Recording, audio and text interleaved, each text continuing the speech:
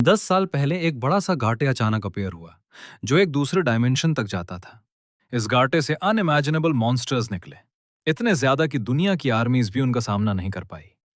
Normal weapons बिल्कुल बेकार थे, लेकिन इसी केओस के बीच एक नई होप आई। हंटर्स। ये लोग मैजिकल पावर्स यूज कर सकते थे। इनकी क्लासेस हाईएस्ट से लोएस्ट तक रैंक होती थी।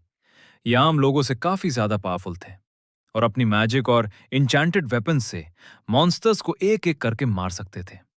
अब 10 साल बाद उस सिटी में जहां पहला गेट आया था, बहुत सारे हंटर्स डंजन्स में जाकर मॉन्स्टर्स को मारकर अपना गुजारा करते हैं।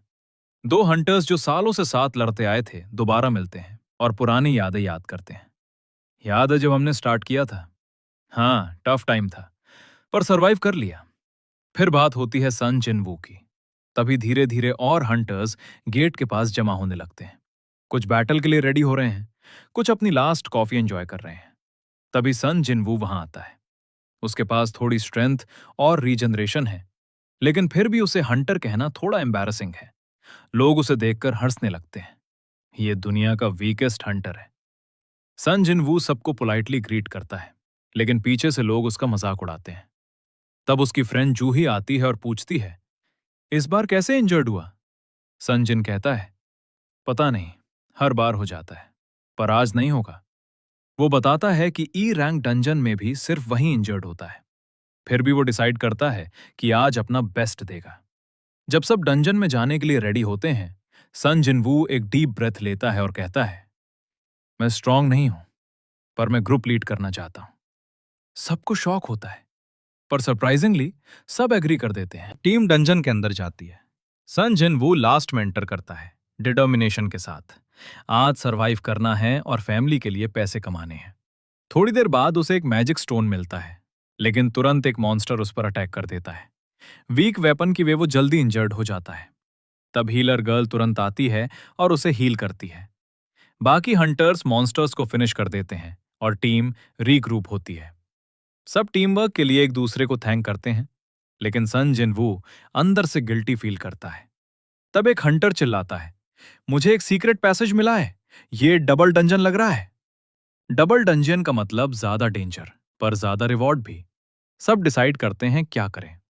वोट होता है, रिजल्ट टाई हो जाता है। फाइनल डिसीजन सन जिनवू को लेना होता है। उसके दिमाग में फैमिली का प्रेशर आता है, हॉस्पिटल में माँ सिस्टर के ड्रीम्स। वो डिसाइड करता है, हम डबल डंजन में जाएंगे। थोड़ी देर बाद टीम एक केव के एंड पर पहुंचती है जहां एक ह्यूज डोर होता है। लीडर बोलता है, सब रेडी हो जाओ। जैसे ही डोर ओपन होता है, टॉर्चेस अपने आप जल जाती हैं। सब शॉक्ड हो जाते हैं, ऐसा डंजन कभी नहीं देखा। रूम में अजीब स्टैचूज हैं, कुछ इंस्ट्रूमेंट्स पकड़े हुए। सेंटर में एक मैसिव स्टैचू है। आगे जाकर उन्हें एक मैजिकल इंस्क्रिप्शन मिलता है, worship the Lord, praise the Lord, prove your loyalty. तब हीलर गर्ल नोटिस करती है, उस स्टैचू की आईज हमें देख रही हैं। अचानक डोर बंद हो जाता है, पैनिक स्प्रेड हो जाता है। एक हंटर भागने की कोशिश करता है, लेकिन एक स्टैचू जिंदा हो जाता है और एक ही ब्लो में उसे मार देता है। सब शॉक में जाम जाते हैं। अब सबको समझ आ गया, ये जगह नॉर्मल डंजन नहीं है। हंटर्स कंप्लीटली पैनिक में हैं। सबको समझ आ रहा है कि वो बहुत डेंजरस सिचुएशन में फंस गए हैं। स्टैचूज हर तरफ खड़े हैं और कब अटैक करते हैं पता नहीं। सन जिनवो ऑब्जर्व करता है, स्टैचूज हर किसी को बिना रीजन के नहीं मार रहे, कुछ लॉजिक है। एक हंटर स्पीड यूज करके भागने की कोशिश करता है, लेकिन स्टैचू की लेजर आइज उसे इंस्टेंटली डिस्ट्रॉय कर देती हैं। सिर्फ उसकी लेग्स बचती हैं। अब सब लोग बिल्कुल फ्रीज हो जाते हैं। सन जिनवू सोचता है, अगर स्टैचूज चाहें तो सबको तुरंत मार सकते हैं, पर वो ऐसा नहीं कर रहे। मतलब कोई रूल है। वो जोर से पूछता है, क्या किसी ने रूल्स देखे? उसे याद आता है इंस्क्रिप्शन, वॉरशिप द लॉर्ड। तब उसे समझ आता है, जो लोग झुकते नहीं उन पर अटैक होता है। वो चिल्लाता है, सब लोग झुक जाओ, लॉर्ड को वॉरशिप करो। सबको लगता है वो पागल हो गया है, पर कोई ऑप्शन नहीं। सब झुक जाते हैं। कुछ देर के लिए अटैक रुक जाता है। सबको लगता है शायद बच गए, लेकिन फिर अर्थ शेक होने लगती है। ह्यूज स्टैचू अपनी जगह से उठने लगता है।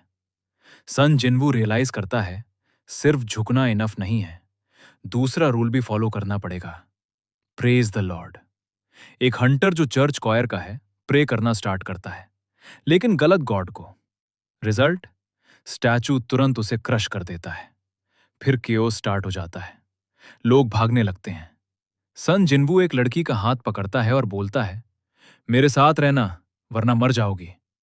उसका दिमाग फास्ट काम कर रहा है, स्टैचूज के पास म्यूजिकल इंस्ट्रूमेंट्स क्यों हैं? तब उससे समझ आता है, हमें म्यूजिक प्ले करना होगा। यही थर्ड रूल का क्लू है। सुन जिनवू और बाकी सर्वाइवर्स स्टैचूज के पास जाते हैं जो इंस्ट्रूमेंट्स पकड़े हुए हैं। सरप्राइजिंगली वो अटैक नहीं करते, बल्कि म्यूजिक प्ले करते हैं। सबको एक छोटी सी होप मिलती है।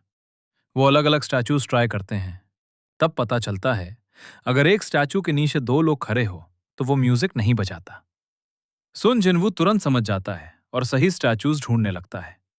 लेकिन एक गलती हो जाती है। वो एक गार्डियन स्टैचू को म्यूजिशियन समझ लेता है और अटैक हो जाता है।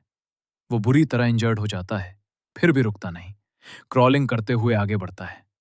उसकी कंडीशन क्रिटिकल है, हर मूवमेंट डेथ के एज पर है।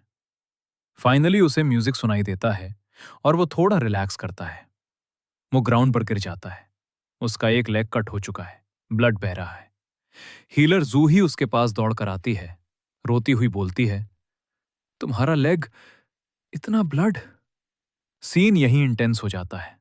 सर्वाइवल अभी भी गारंटीड नहीं है।